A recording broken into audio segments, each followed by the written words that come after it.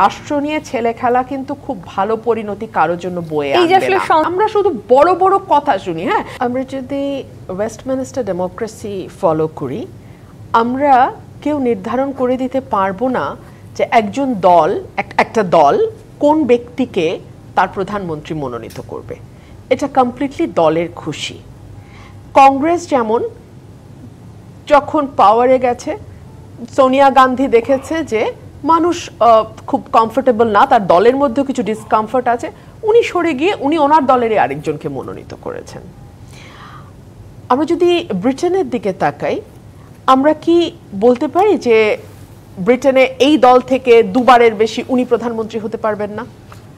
Even আমরা যদি ওয়েস্টের দিকে আমেরিকার দিকে তাকাই, আমেরিকা অবশ্য দুবারের ব্যাপার আছে, কিন্তু এটাও ট্রাম্প এখন বলছে যে এটাও থাকা ঠিক হবে না। এটা যেই দল থেকে তিনি হবেন নির্বাচিত, সেই দল ঠিক করবে যে কে প্রেসিডেন্ট হবে, কে প্রাইম মিনিস্টার হবে। এটা তো আসলে আপনি সংবিধান দিয়ে নিয়ন্ত্রণ করতে পারেন না। এক, দুই হচ্ছে বিএনপি কিন্তু তারপরেও যথেষ্ট নমনীয় আচরণ করেছে।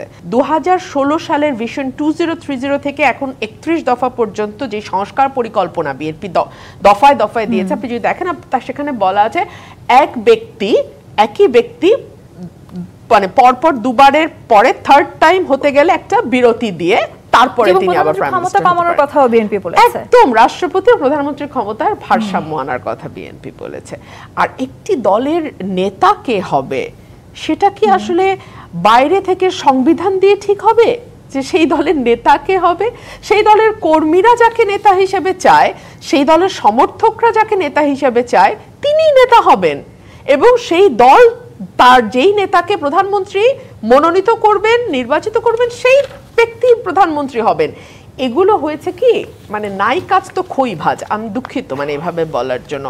রাষ্ট্র নিয়ে ছেলে খেলা কিন্তু খুব ভালো পরিণতি কারোর জন্য বয়ে আনবে না। এই যে আসলে সংস্কার নিয়ে নানান রকম তর্ক বিতর্ক হচ্ছে, এটিও তাজ রহমান এনসিপি এটিও বলেছে সংস্কারের সুপারিশ। একটু বলি তো লাস্ট, হ্যাঁ, আমি খুব অবাক হয়ে দেখি পরিবর্তন বা সংস্কারের কথা এই দল বলছে, এনসিপি বলছে, তারা তাদের শিক্ষা নিয়ে প্ল্যান কেন দেয় না, স্বাস্থ্য নিয়ে প্ল্যান কেন বলে না, সামাজিক সুরক্ষায় তারা কি করবে সেটা কেন বলে না, তারা অর্থনীতি নিয়ে তাদের পরিকল্পনা কি সেটা কেন আমরা জানি না, কেন আমরা বেকারত্ব নিয়ে তারা কি ভাবছে, কিভাবে বেকারত্ব কমিয়ে আনা যায়, কর্মসংস্থান নতুন তৈরি করা যায়, সেগুলো নিয়ে তারা কি দিতে চাইছে, ডেলিভারি করতে চাইছে, সেগুলো শুনি না। আমরা শুধু বড় বড় কথা শুনি। হ্যাঁ, গণপরিষদ নির্বাচন হবে, দ্বিকক্ষ বিশিষ্ট সংসদ, এত বড় বড় বিষয় নিশ্চয়ই থাকবে, কিন্তু সেই সাথে তোমরা যেহেতু গণমানুষের দল বলে নিজেকে দাবি করছো, গণমানুষের প্রাত্যহিক জীবনের সাথে সম্পর্কিত বিষয়গুলো আলোচনায় আরো বেশি আসলে আমার মনে হয় তাদের নিজেদের জন্য ভালো হতো।